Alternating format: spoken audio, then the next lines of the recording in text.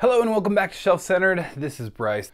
Thank you so much for stopping by. Thanks for liking and subscribing. If this is something you end up enjoying, it could happen. This is the top shelf news for this week and pretty much since the last Top Shelf News, where I like to talk about the latest news in fantasy, science fiction, sometimes horror, and as it relates to mostly books, and then sometimes movies, media, TV, any kind of other thing, video games, which we got some of here today.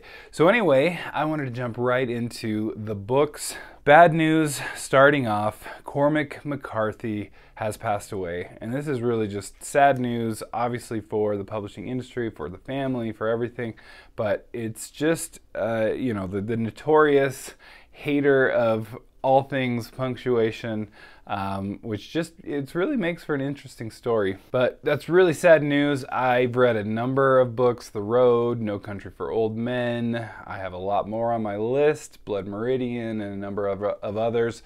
And just really profound, frankly, and just really get you thinking, get you contemplating, and just the style alone has you thinking. But some of the ways things are told, especially like No Country for Old Men, really had me thinking a lot afterwards.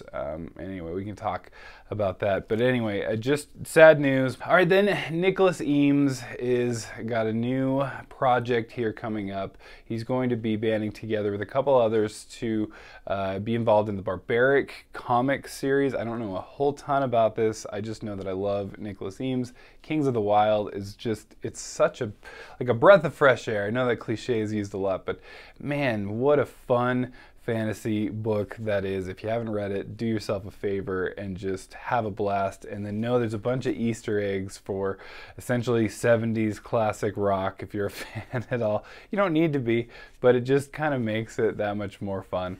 So anyway, enjoy. Nicholas Eames' book, or the graphic novel, is called The Wrong Kind of Righteous. Evokes a lot, so that's pretty cool. I like it. Anyway, the cover looks really cool too. Got a couple book announcements, release dates. First one is going to be The Servitor of Sin, July 10th by Christopher Brenning. This is book 3 in the Hellborn King saga. The first book, The Hellborn King, is just excellent, just really good. Grimdark, Northmen, so many great characters, just highly recommended. Definitely do yourself a favor, read that. But also Servitor of Sin, number 3 is coming out. There's a number more books in the series. There's like 7, I want to say, something like that, planned. So we'll see how that goes. But anyway, this is book 3. Really cool to see Mr. Brenning make it his way through these books and really producing them quite quickly here. Then we got one from Luke Schultz in October, will be released. Book 2, he's got The King's Radiance is book 1. Book 2, The Sun Prince, Bonds of Kin. We got a release date of October 2nd. So Luke Schultz, no cover yet, I'll let you know, and I'll post that when there's a cover reveal here. It looks like coming soon. But anyway, October 2nd, we'll actually get the book itself. Luke Schultz is just a good guy, happy to promote his work here. Then you can already pre-order Neon Ghost by Daniel Green. I've been a fan of his writing, obviously his booktube channel, that's part of why this exists here. Daniel Green, Mike's Book Reviews, a couple others, Murphy. Like I've said before, what I'm just impressed with Daniel Green is he puts his money where his mouth is. I mean, he's not just a reviewer, he's put himself out there as an author, and he's got the writing chops. Check it out. Definitely highly recommended. Then we've got An Imperial Retinue. This is a collection of short stories from Josiah Bancroft, being published by Subterranean Press, which just do beautiful covers. As you can see, this one is no less beautiful. They're also usually on the little bit more expensive side for books, but as I've found, the resale value is pretty much the same, if not more. So you get your, at least some of the big ones that I've had, like, I mean, Malazan, of course. But anyway, it's usually, or typically, not a bad investment anywhere. Then finally, The Great Hunt has got a new cover. Wheel of Time, book number 2 by Robert Jordan. Got a new cover to match the show, the series, and all that. It's so boring compared to what happens in the book. It's like, I don't know, I don't love it. It just doesn't do anything for me. Yay, Rand and Moraine.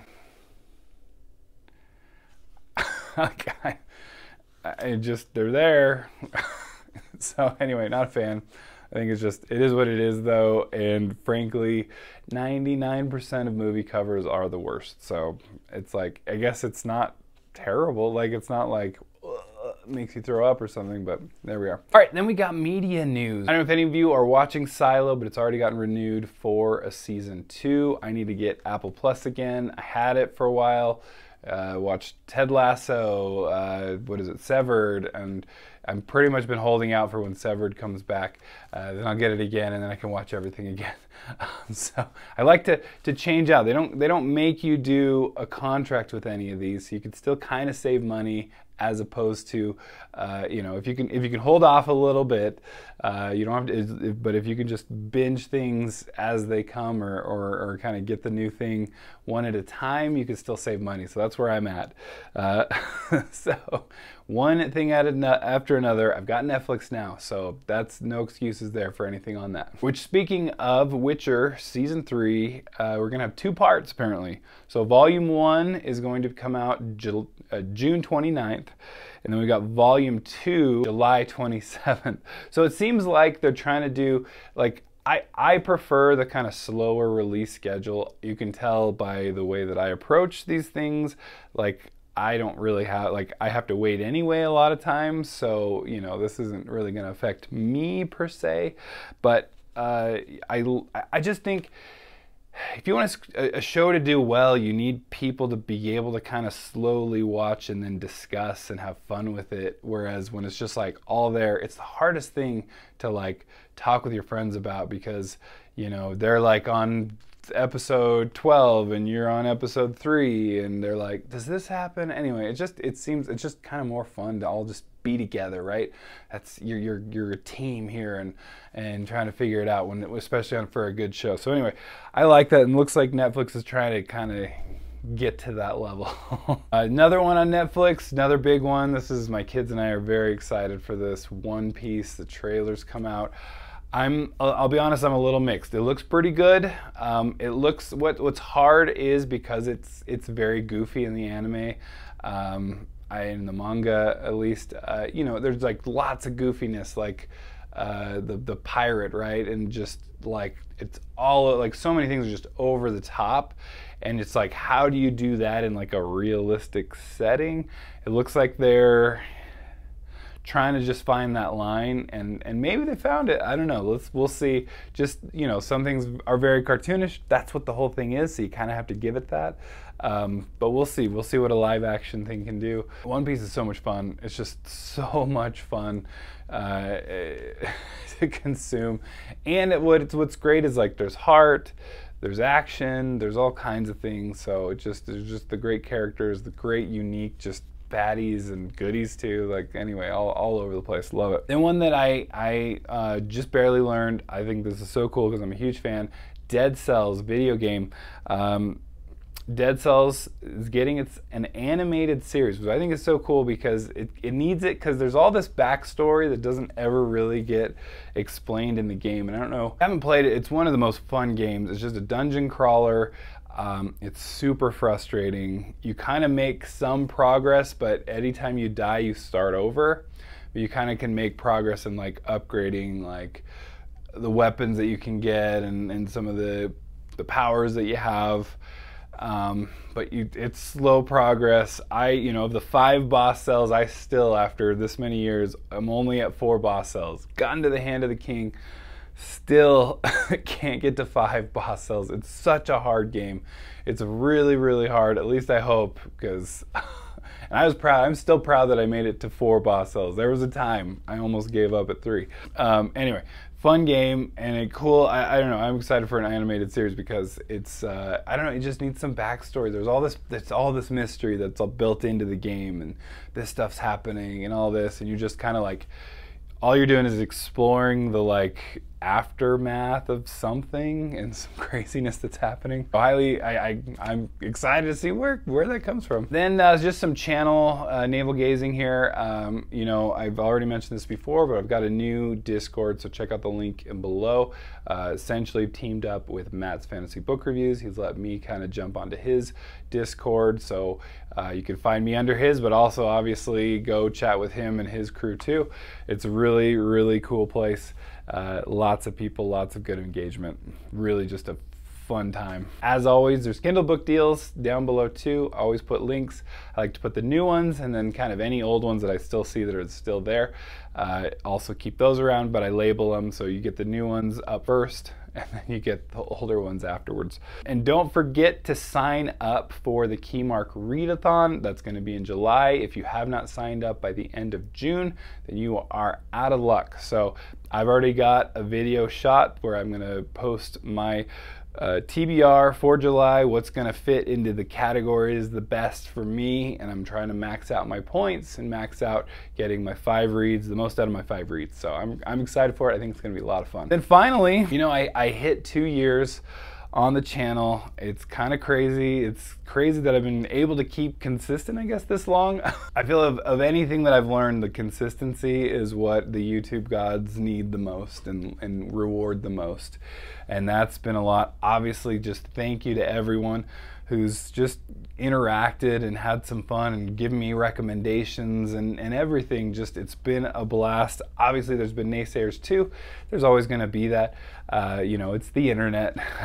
I like to think I have a thick skin and I take things in stride because there's always something you can learn from, you know, negative comments and whatnot. So I'm always happy to learn.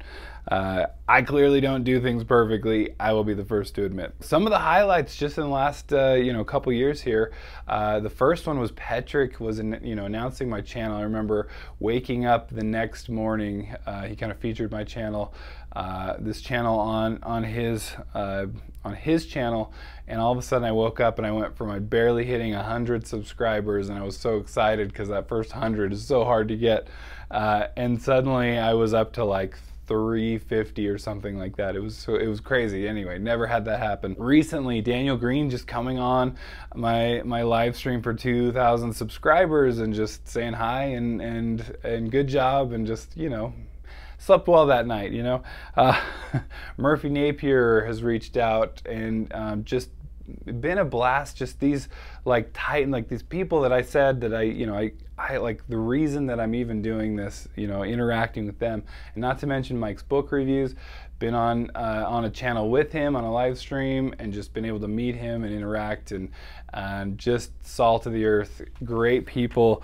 There's tons more. All the people you know, that I mentioned in my last video, kind of quickly announcing the 2 years, every single one of them, just, and there's so more. I keep finding more that I've forgotten to talk about. Anyway, I still am forgetting people, but it's been such a cool time, such a great time, such a fun time. Just interacting with and making good friends over something that, you know, in real life, you just don't, like, not everyone is into, you know, the same things we are.